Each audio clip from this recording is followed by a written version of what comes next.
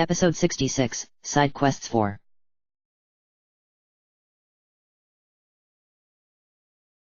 Side Quests 4. Listen, big guy. I don't want to scare you here, but when I'm gone, you're going to be champion.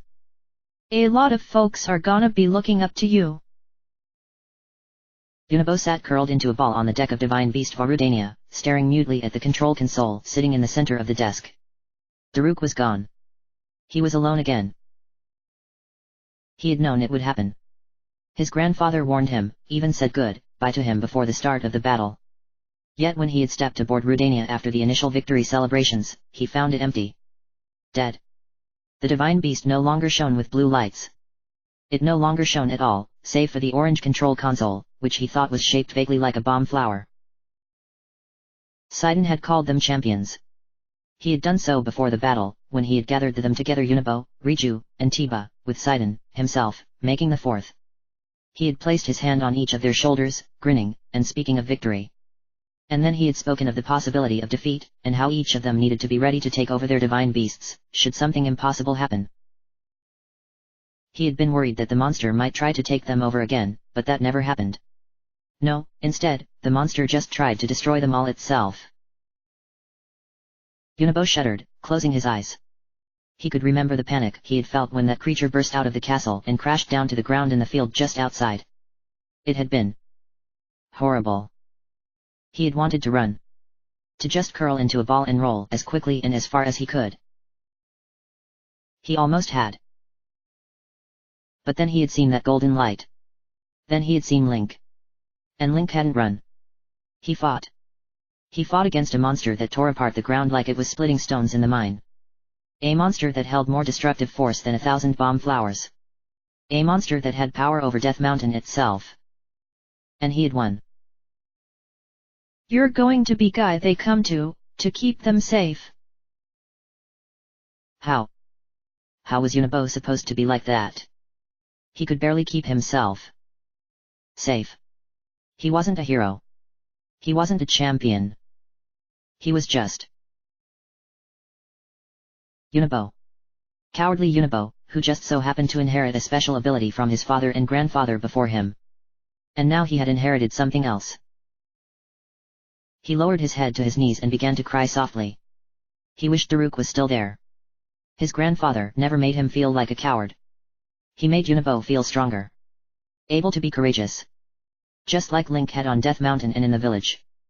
But without him, and with Link still gone wherever he had gone off to, then Yunobo was just weak. I know it's easy to get scared, son. I'm scared, too. And so is Link. But that's when you got to fight the hardest, because the other guy is just as scared as you. He sniffled slightly and lifted his head, staring towards the broken towers of the castle. Had Ganon been scared too? Had that giant, towering monster been afraid of Link? Of the armies? Of the divine beasts? Shouldn't it have been? Link beat it. The divine beasts beat it. Even that little princess, she had made it disappear like it was nothing.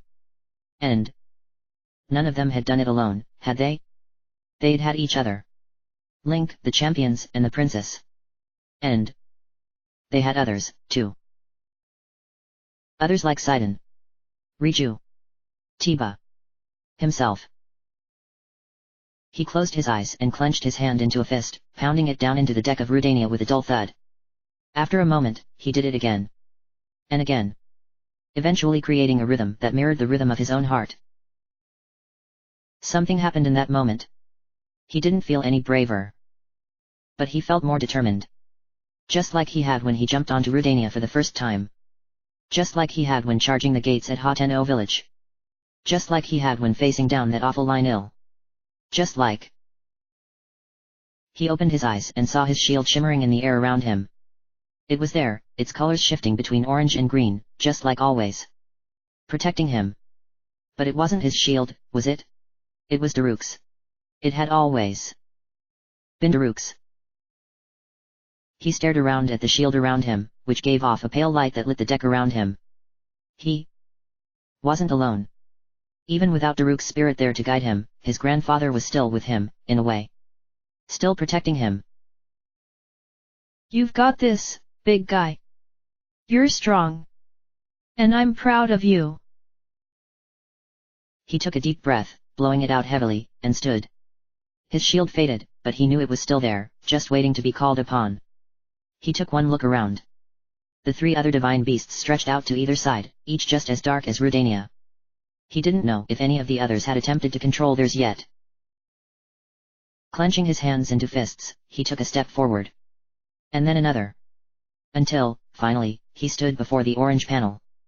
And then, steeling himself, he placed his palm against the console, just as Daruk had instructed. He focused on the slumbering giant, on the mechanical beast beneath his feet. He could feel its mind.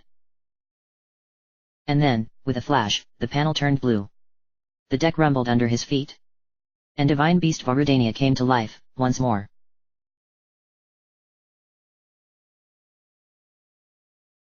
Two. We should be able to start our movement back to Zora's domain tomorrow, Prince Sidon, Segan said, hands clasped behind his bowed back. Sidon nodded slowly. That's good. I'm sure my father will be eager to hear about the outcome of the battle. Our messengers should be arriving there soon. The old general paused. But I am sure he will wish to hear it from you, as well. And he will like to hear that his son survived the battle, Sidon thought, eyeing the other Zora. Someone who had not spent the last century around Segan likely would not have seen the tension in his posture, or the way his wrinkles appeared more pronounced. He did a marvelous job of hiding it. Segan. You've done enough for today. Why don't you go see him? Segan hesitated, lips downturned in a frown, and then he nodded. Without saying another word, the old Zora turned and made his way down from the hill and towards the triage tents, where the Zora wounded remained. Sidon watched him walk away, and then his eyes darted towards the tent. He could make out Gaddison standing just outside of the tent flap. Riven would take her place soon, he imagined, even though the idiot should have still been resting, himself. Normally, they would have been gathered around him. There were, after all, part of his personal honor guard. But Sidon had forbidden them from doing so, for the time being. The battle had been won, he was in no danger, and another of their number needed their presence far more. Baz. Memories flashed through Sidon's mind, memories of victory over the High Nox, which became horror as he watched his oldest friend fall before the Guardian's blast. The frantic battle that followed as Sidon stood over his friend's body, suddenly alone and unprotected. And then the desperate retreat from the battlefield, Baz in his arms, barely alive. It was a miracle that he had survived at all. The healers claimed that Sidon had saved his life with his quick action in getting him to them. Yet Sidon felt as though he didn't deserve that praise. It was his actions, after all, that had led to Baz being hurt in the first place. His foolish gambit and desire for glory had nearly gotten his friend killed. Sidon sighed softly and shook himself of the haunting thoughts. He shouldn't be dwelling so much on it, he knew, but the burden lingered. In the last 3 weeks, he had nearly lost 2 of his oldest friends. And he had lost his sister again, too. His eyes fell on divine beast Varuda. He hadn't yet been able to figure out how to control it. When Mipha was there and explaining things, it had all seemed so simple, but now... well, it just did not seem to want to respond to him. Zelda, who had arrived only the previous day with Link and immediately set about inspecting the divine beasts, told him that it wasn't surprising. Controlling the divine beasts was different for each of them, and each of the machines required a certain state of mind. And apparently, the state of mind that he needed to achieve might not even be the same state of mind that Mipha needed, as if that made any sense. Footsteps on the hill behind him alerted him to another presence, and he turned, spotting Link walking up. He smiled and nodded. I take it your princess is off helping the others. Actually, I think Riju is forcing her to tell her stories about Urbosa, more than anything. And I was banished from their presence. Ah. Because you are a man. I think they just did it because they knew it would get on my nerves.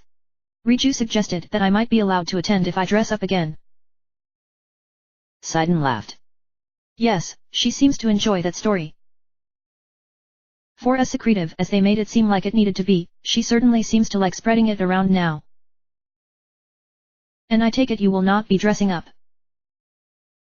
Link shook his head, lips pursed. No. Riju's got half a dozen guards around her at all times. Zelda's safe. They fell silent for a time before Sidon spoke again. Have you been in to see Baz? Link nodded.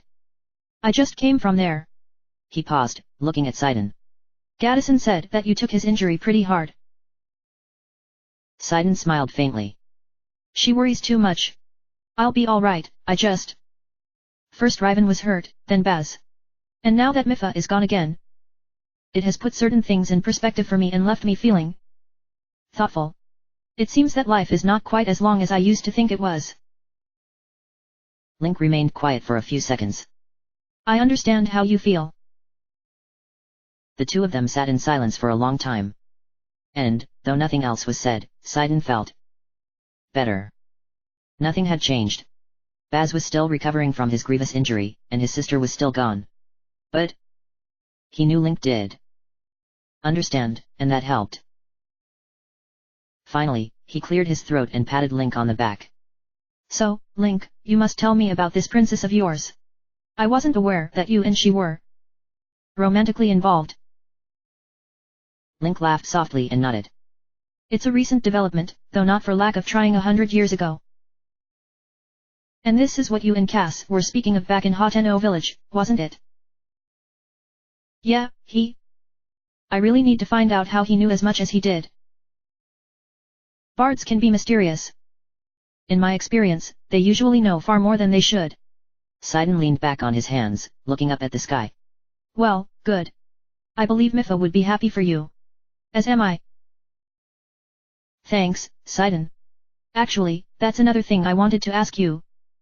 I know the Zora will be headed back to Zora's domain soon, but I wanted to invite you and the other champions back to Kakariko village.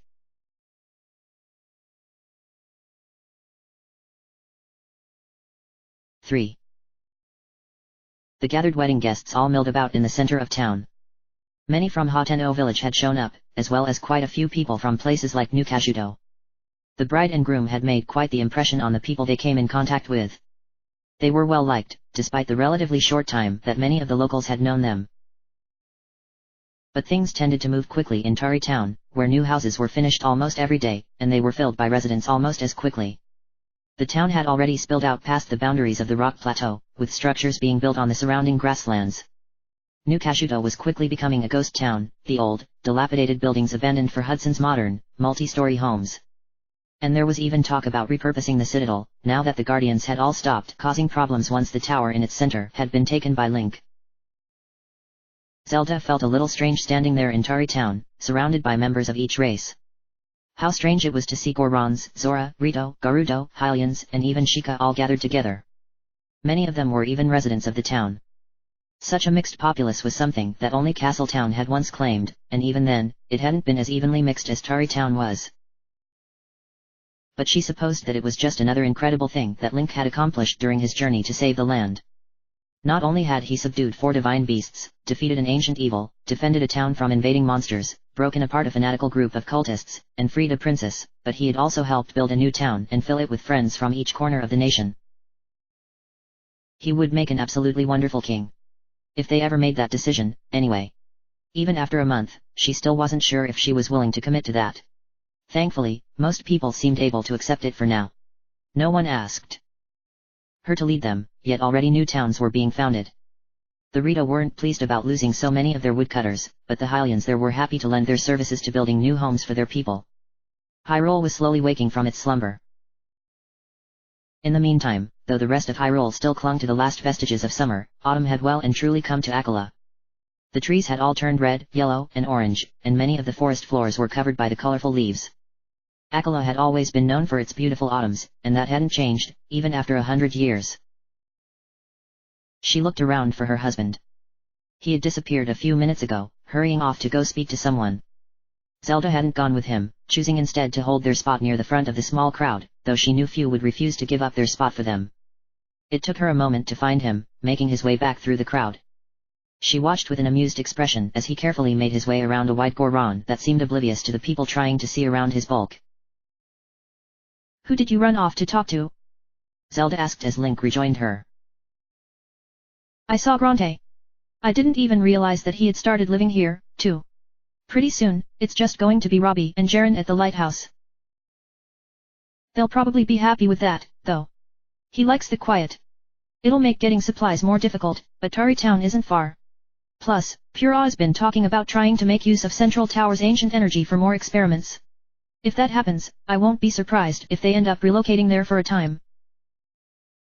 Link smiled and wrapped his arm around Zelda's waist, pulling her close. Their wedding had been a small affair with only their closest friends in attendance. Impa had administered the oaths. She had complained that the wedding deserved a much greater ceremony, but both Link and Zelda had been adamant. There would be enough of a grand celebration soon enough, when the 4 races would meet together at the site of the battle, and the 4 divine beasts would finally be piloted back to their individual homes by the newly trained champions. A hush fell over the crowd, and Zelda looked up to see a tall, imposing Gerudo woman making her way through it. People quickly moved apart and allowed her passage. Ronsun, the Gerudo that had helped Link so much in the desert, had on a white headdress that reached all the way down her back, as well as white pants and top, all adorned with golden trim and large rubies. Meanwhile, Hudson stood upon the raised dais that overlooked the pool of water in the center of town. He had a simple pair of black trousers on, with a white vest. His arms were bare, and Zelda wasn't actually convinced he had even tried to brush his mop of thick hair. He looked back as Ronsun approached, smiling affectionately. Ronsun stepped up beside him, slightly taller than him, though Hudson was no short man, and they both looked down at the considerably smaller Zora standing before them. Capson. Zelda vaguely remembered him from childhood trips to Zora's domain, though she wasn't sure if she had ever spoken to him. Link knew him, though, but he had always known many of the Zora. Capson, aged, wrinkled, and with head fins that drooped down, looked at the pair before him with a serious expression. He cleared his throat and folded his hands behind his back, standing up a little straighter. Are you ready to begin? He asked, looking between the two intent on being wed. Yes, Ronsun said in her clipped, Gerudo accent. Hudson merely nodded. The Zora smiled and clapped his webbed hands together before him. He looked out at the guests gathered around the pool in a semicircle. We are gathered today to join our friends, Hudson and Ronsun, in matrimony. I thank you for coming and ask that you keep silent until after the oaths have been exchanged. Zelda felt Link's arm around her tighten. She glanced at him. He had an odd expression on his face. Pride. And she supposed he had every right to feel that way. He had brought these two together. Or perhaps it was the pride of providing them a world in which it made sense to build new lives together. She felt that pride, as well. She leaned her head against his shoulder, sighing softly. Hudson, Capson said, turning his expression towards the bulky man. Before the eyes of these witnesses and before those of the goddess Hylia, do you take Ronsun to be your wife, to have and to hold, in the good times and in the bad? Zelda's eyes were drawn to the small statue of Hylia behind Capson. It had surprised her when she saw that statue erected here. She hadn't expected the town to place the statue in such a place of prominence. At least it didn't make her heart race with panic as seeing the statues once had. Not as often, at least. There were still those moments, though. The nightmares. The cold sweats. The times when she clung to Link and shook until the images in her mind passed. She felt herself beginning to grow tense and tore her gaze away from the statue, focusing instead on the couple. I do, Hudson said, his normally gruff voice thick with emotion. Capson nodded in acknowledgement and turned to the Gerudo woman. Ronsun, before the eyes of these witnesses and before those of my ancestors, Ronsun said, interjecting. The Zora stumbled for a moment and cleared his throat. Yes. And before those of your ancestors, do you take Hudson to be your husband, in sickness and in health? And do you also vow to name any and all future children in accordance with the Bolson construction naming guidelines? Link began to shake with quiet laughter. Shh! Zelda hissed. Ronsun stood still for a long moment, glancing between Capson and Hudson. What? You are serious? Those vows are not traditional by anyone's standard. Hudson looked at her, smiling. What makes you say that? They're as traditional as they get in this family. Bolson joyously said from his place nearby. There was a murmur of agreement throughout the crowd. Honestly, now this is just getting a little ridiculous, Zelda thought. Link was still shaking with barely contained laughter, burying his face in his free hand. Think of the future generations, Hudson said, smiling at Ronsun. Ronsun just stared at him and shook her head, placing a hand on her hip. Oh, all right. She looked at Capson. I do. Excellent. Capson raised his hands to the heavens. Then before Hylia, and our ancestors, I pronounce you bonded together in matrimony. He turned his attention back to the crowd. Please, help me in greeting this newly married couple. We wish them nothing but the utmost happiness as they journey through life together. Hudson and Ronsun turned to face each other, and then the Gerudo wrapped her arms around her husband and leaned down to kiss him. Link began to clap, and Zelda joined him, smiling broadly. Bolson began to enthusiastically fling flower petals into the air. They joined in the wedding celebration after, and Zelda found herself introduced to a number of people that she didn't know before. How had Link found so many people whose name ended in Sun who were also willing to leave homes to come live and work in Tari Town? It didn't even seem feasible. Finally, they made their way to where the bride and groom stood. Link clasped Hudson's arm, smiling broadly at the taller man, who returned the smile with one equally as large. Congratulations, Hudson. He turned and started when Ronsun embraced him. Sarkso, Link, she said, kissing his cheek. I am glad that I stopped to give you a ride in the desert. Me too, he said when they pulled apart again. I'm sorry about not having you at mine. It was planned very quickly. Ronsun met Zelda's eye and winked. She flushed. Well, there were some matters of propriety that even she felt should be followed, after all. Or, at least, Link had insisted, and she had agreed. Where will you go now? Hudson asked. Link shrugged. We don't know yet. We've talked about visiting some more ancient Sheikah sites before it gets too cold. And we're still working on training the champions on using the divine beasts, though they seem to be ready. We'll probably just spend the winter at home, though. Ronsun grimaced, rubbing her bare arms. Does it really get that cold, even during the day? Hudson grunted. It's not so bad. Being from the desert, though. Zelda gave Ronsun a sympathetic smile. Urbosa used to hate our winters. Ronsun briefly gave her a confused look. Casual mentions of people dead for over 100 years could still have that effect on some, but then she pursed her lips. If Lady Urbosa found the northern winters challenging, then I will certainly hate them. Another man approached Hudson and Link. This man was dressed in much finer clothing than even Hudson's wedding vest, and had a neatly styled black beard and hair. She had seen him among the wedding's guests, but Link had never introduced her to him, though he looked slightly familiar for some reason. Congratulations, Hudson, the man said with a surprisingly refined accent. He extended a hand, shaking Hudson's. Seeing you two brought back memories of my beloved wife. Thanks, Dario, Hudson said. Have you met Link yet? The man, Dario, looked at Link, and his eyes widened. So, you are the hero that I've heard so much about. The one that put an end to the calamity once and for all. And he looked past Link, spotting Zelda. You must be the legendary Princess Zelda. Zelda stepped up beside Link, smiling politely. Yes, though please, you may call me Zelda. With the nation in its current state, I am afraid that my title is unnecessary. Nonsense. It seems to me that, with Hyrule as it is, having someone from the royal family alive and able to re-establish order would be a good thing. You do intend on retaking the throne, do you not? She kept her face carefully neutral. Right now, I am merely trying to gain an understanding of the state of things. As you can imagine, I feel I have much to catch up on. Right now, there is no throne to abdicate. The future, however, remains to be seen. Of course. A perfectly sensible course of action. I, too, recently found myself considering whether or not reclaiming my family's pre-calamity lands was a worthy endeavor. Ultimately, I chose to do so, which is why I had Hudson here begin construction on Tari Town. She tilted her head, slightly. Is that so? She quickly thought back to what she could remember of the nobility at that time. I believe that this region was once governed by Roro, the Earl of Akala. You are his descendant.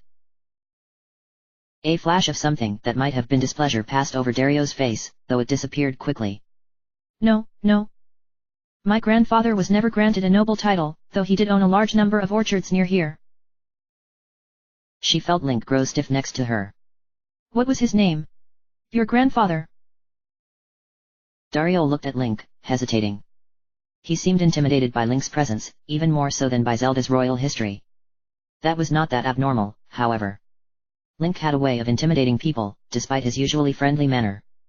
His reputation was that of legend, after all. My grandfather was named Alphone. Alphone? Link asked, voice quiet. Zelda did not immediately recognize the name, though it did sound vaguely familiar. Where had she heard it before? Dario looked at him, curious. That's right. And he owned orchards near here? In Akala? You're sure? Well, yes. My father spoke to me about them. Link. Zelda frowned at him. What is it? He looked at her. His face had grown pale, as though he had seen a ghost. My uncle. My mother's brother. His name was Alphone. He owned an orchard in Akala. Zelda gasped softly. Then she glanced at Dario, whose eyes had widened in confusion. This is your cousin. Link looked to the other man, and Zelda could see the similarities, then. They were subtle, to be certain, but she thought that they shared the same nose and ear shape. And their eyes were a similar shade of blue. Yeah, Link said. I think so.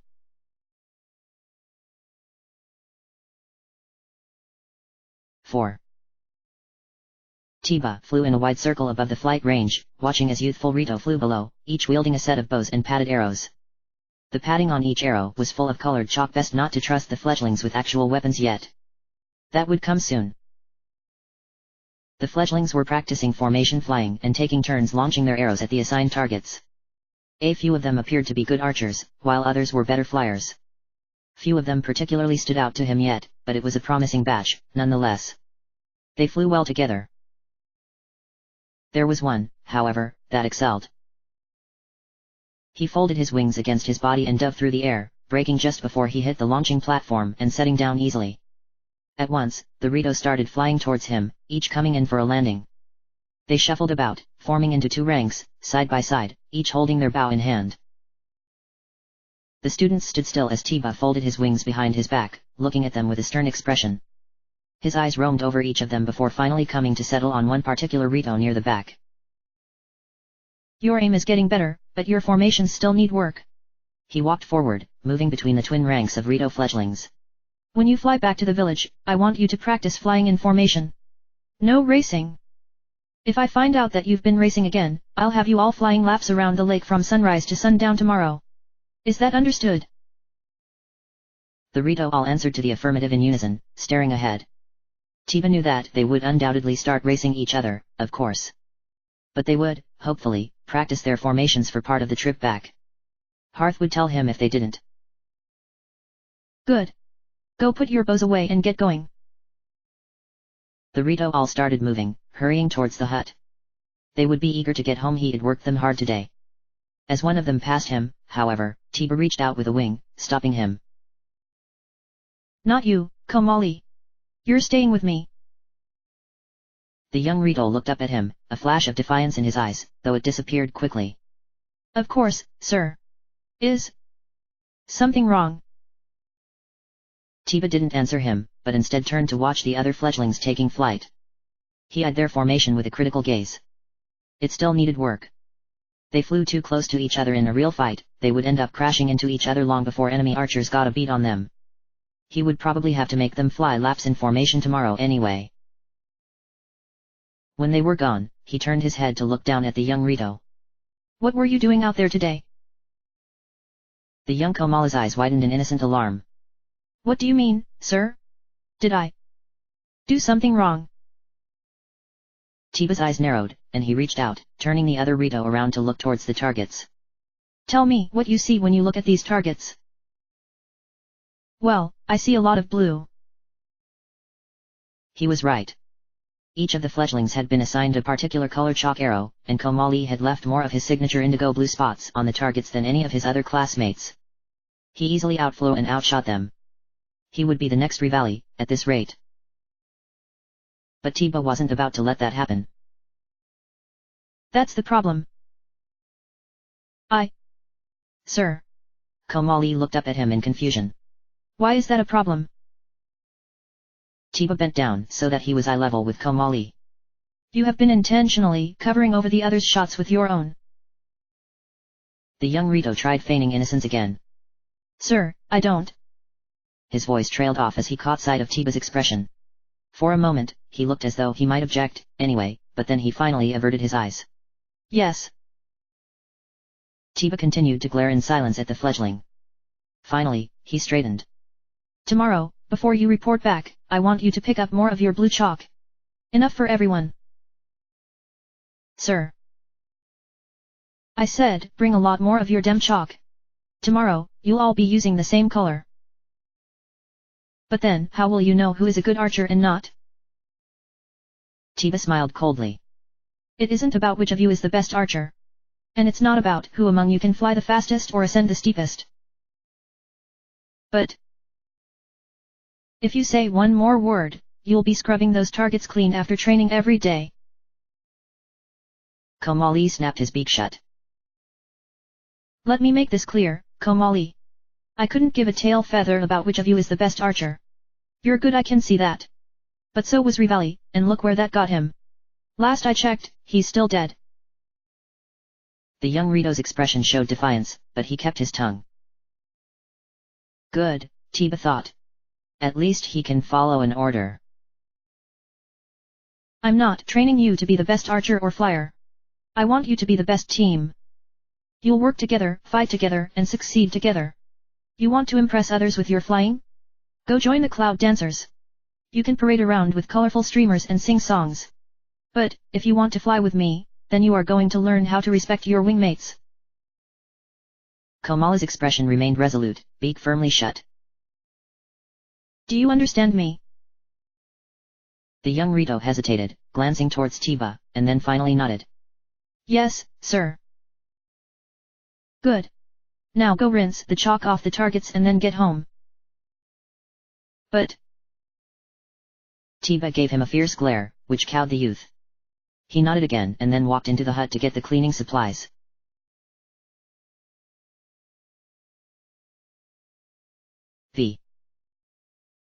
The recent influx of Hylian traders from the east has been good, for the most part, but I'm a little concerned about the prices they have been charging.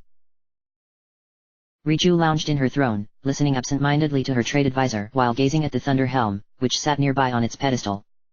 She should have been paying more attention, but this was dull. It wasn't that she didn't care about it. Trade was a vital part of the Gerudo life. Without it, survival would be a struggle in the unforgiving desert. There was a reason why so many outer tribes often turned to violence to solve their problems. But, today, she just didn't feel like dealing with it. Not with the ceremony coming up so soon. She was excited to see Link, Zelda, and the other champions again. Her training on the divine beast had concluded a month ago, at least insofar that she could control its movements and weaponry enough to get it back to the desert. She would have liked to remain behind and continue working with Zelda on Naboris repairs following the battle with Ganon, but the needs of her people outweighed her own desires. But, still, sometimes it was nice to be surrounded by equals. Friends. Zelda's intellectual conversations, Tiba's quiet respect, Sidon's enthusiasm, Yunobo's curiosity, and Link's humor and steadfastness were all things that she had grown to enjoy having around. So much so that being surrounded by people who constantly called her Lady Riju was frustrating. Lady Riju. She blinked and focused again on her advisor. Oh. Yes. Go on. The woman hesitated, glancing towards Bulira and then back at Riju. Ah. She asked me to make a decision, didn't she? I mean. She cleared her throat, feeling a blush creep up on her cheeks. Bulira stepped forward. Lady Riju will take some time to consider your proposal. Come back tomorrow morning. But I'd hoped. Bulira slammed the tip of her sword to the ground and the other advisor's eyes widened. She quickly bowed to Riju and hurried out of the room. Riju watched her go with a regretful smile, and then she looked up at Bulira. Sarkso. The older woman looked at Riju, lips pursed. Lady Riju, perhaps, if you are going to schedule these meetings, then you should pay attention to them. She squirmed slightly under Bulira's gaze. You're right, you're right. I am a little distracted today. She slid herself off of the throne and stretched her arms over her head, groaning softly. She could still feel the other woman's eyes on her, though. She sighed, glancing back over her shoulder. Perhaps I have been distracted often lately. Bulira snorted softly. I would say so. I'll do better.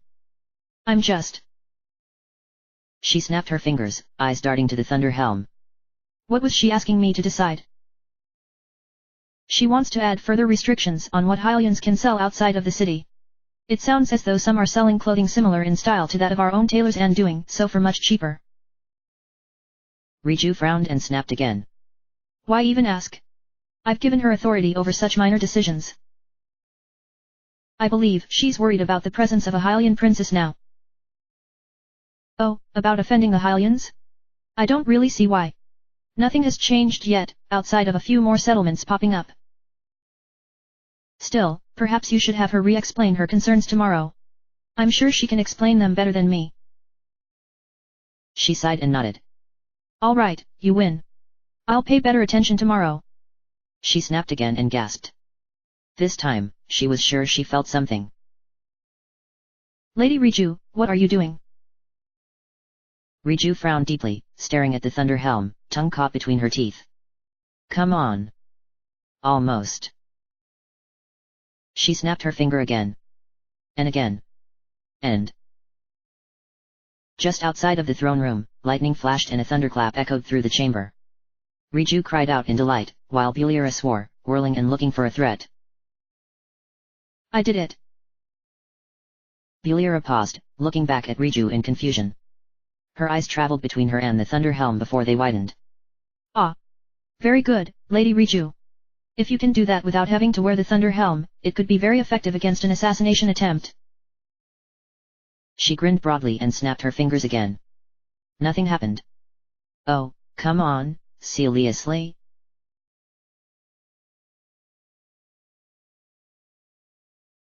Six. Haya pursed her lips beneath her bone-white Yiga mask as members of the clan, her clan, filed past. Most of them wore ordinary clothing and no mask, accustomed to having lived among the Hylians and Sheikah. Exposing their faces to the sun did not chill them as it did her. Still, she would not fault them for wishing to appear nondescript. They were not that far down the coast from one of the villages. Nearby, waves crashed against the shore, the surf still agitated following the storm that had passed during their preparations. 3 ships moored in the cove near the Clarnet coast. The piers had been hastily built, but they serviced her needs well enough. As she watched, several members of her clan carried barrels of foodstuffs and water onto the deck of one of the ships. Enough to sustain them on their long journey and beyond. Absently, she thought back to that day. When she had seen the boy that would kill Master Koga and nearly break the Yiga clan in the process. If she had known what would follow, the defeat they would suffer at the hands of the Garudo, the infighting, the breaking apart of the clan, would she have still allowed him to do so?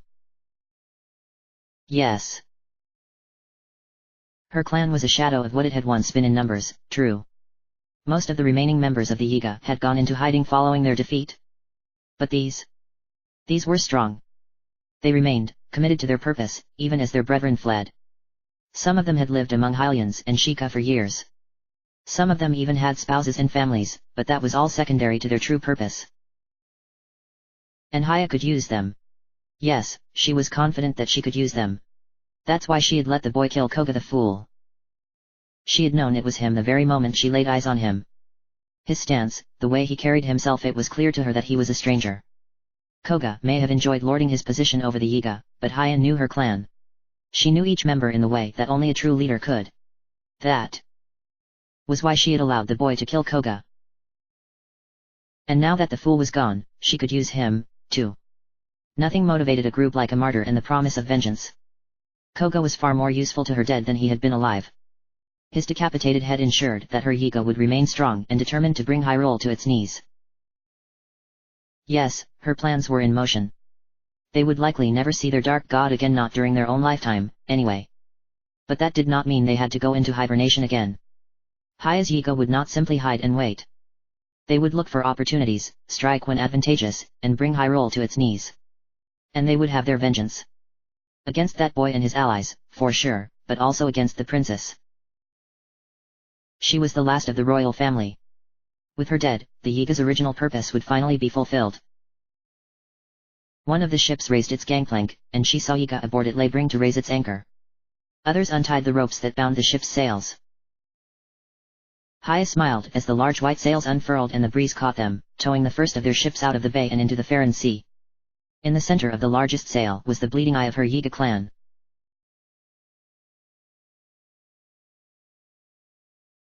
7. You know, I once got Link to guard me on the way to Kakariko village, Telma said, comfortably seated in the front of her new cart. He even saved my life from a band of bokoblins. Todd, her new guard, didn't answer her. He was a grouch of a man with a constant frown, and she wasn't entirely sure that he believed half of her stories. But he was good with a sword, or so she hoped. He had to have gotten those scars from somewhere. Not that it was as important now. The bokoblins were far less of a concern than they used to be. They made their way along the road from the Gerudo Desert, traveling alongside the Great Plateau. This stretch of road used to be one of the most dangerous patches on her trips to the desert, and she had usually tried to find Gerudo traveling back to their homeland to help bolster her protection before making it. Now, however, this road was quickly becoming more popular as most of the monsters that inhabited it had disappeared. Treasure hunters frequented it, too, trying to find ways up onto the Great Plateau, as well as searching out the many ruins around here. It's hard to believe that the little guy I picked up at the Dueling Peaks stable ended up being the one that would save us all. She smiled fondly, thinking about the last time she had seen him. He and that princess, his wife, had been inspecting one of those old Sheikah shrines on the way to Rito village. That hadn't been long after Calamity Ganon's defeat, which she had waited out in the desert. She had been back to Hateno village since then, but they were rarely home, it seemed. Good for them, she thought, smiling. They deserve a little bit of happiness. She knew from her travels that there were rumblings about what they should do next.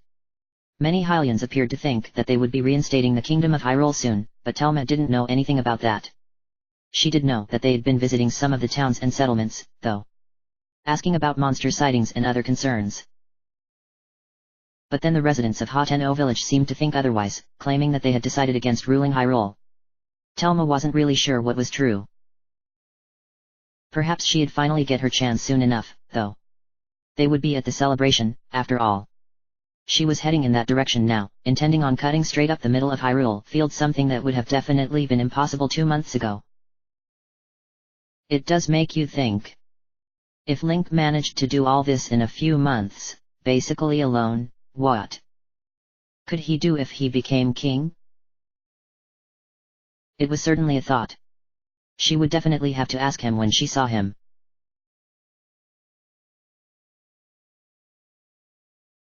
8. Cass smiled warmly as he gazed out over Hyrule Field. Though he could still see the damage left by Calamity Ganon's final attempts to stave off defeat, there were far more signs of new life. Though some places still remained cracked and devoid of life, other places had already seen new late summer and early autumn growth. And that was just nature's new life. That was to say nothing of the magnificent crowd that set up tents, banners, and other structures before him. Or of the coming days' feasts, the celebrations to be had, and the songs that would be played. It astounded him, even now, that he stood just outside of what had once been Hyrule Castle Town. What was once a symbol of Ganon's terrible power and influence was now a bastion of hope and life. Rebuilding had not yet begun in the old city, but it was only a matter of time. Look at it all, Link, he said. All around him people worked, talked, laughed, and even played in the case of the children. His own children were among them, happily giggling and chasing Goron and Hylian youths. In all my years, I never expected to see something so wonderful. Link sat in the grass next to Cass, a small, yet elegant case next to him, a personal request that Cass had been more than happy to fill. Things are moving quicker than I thought they would, he said, smiling faintly. Yes, indeed, Cass said, nodding. But after 100 years of waiting, I suppose one can hardly blame someone for doing things quickly. Like marrying a princess, perhaps. The Hylian man looked up at Cass with a broad smile. She was the impatient one, I'll have you know. Impa tried her best to get us to wait until the celebration, but Zelda refused. And you would have been willing to be married before the entire nation. Link snorted. No, of course not. I would have found someone else to marry us if she refused. Maybe Capson. But...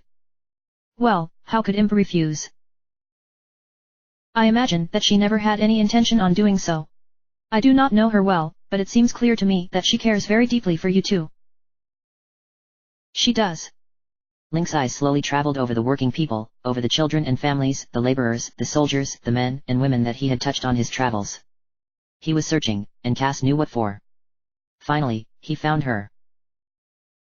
His princess.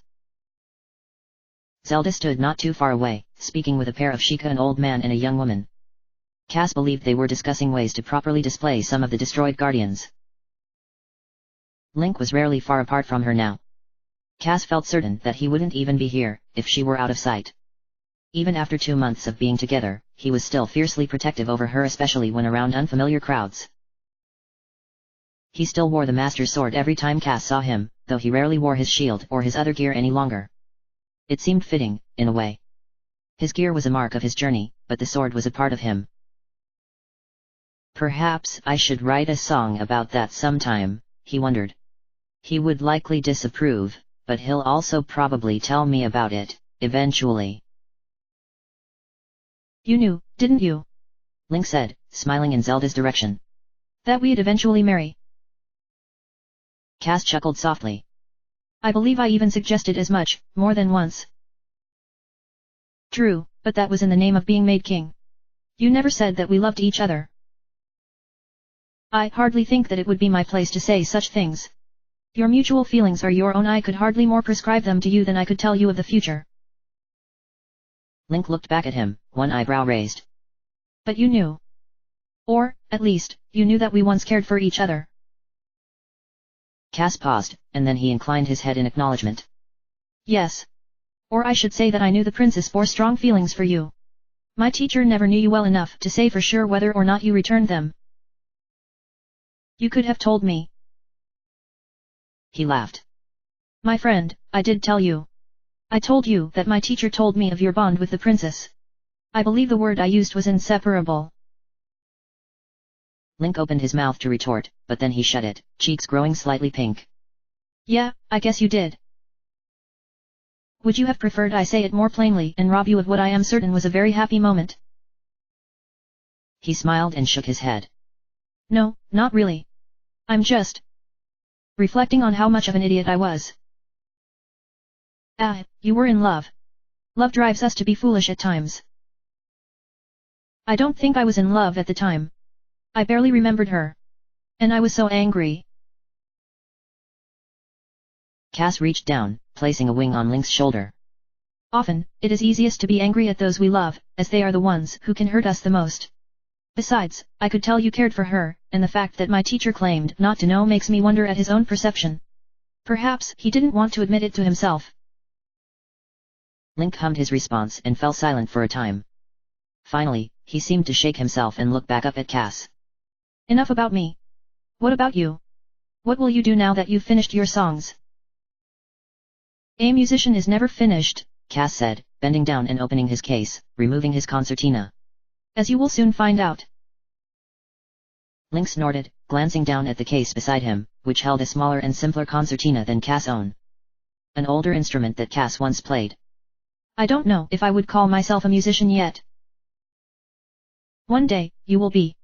In the meantime, just practice. I will. Cass played a soft, melodic note from his instrument, and it immediately caught the interest of some of the children. He smiled as some of them began to run up. As for what I will do next, he said. I will continue to do what I love. There are more songs to learn, to write, and to play.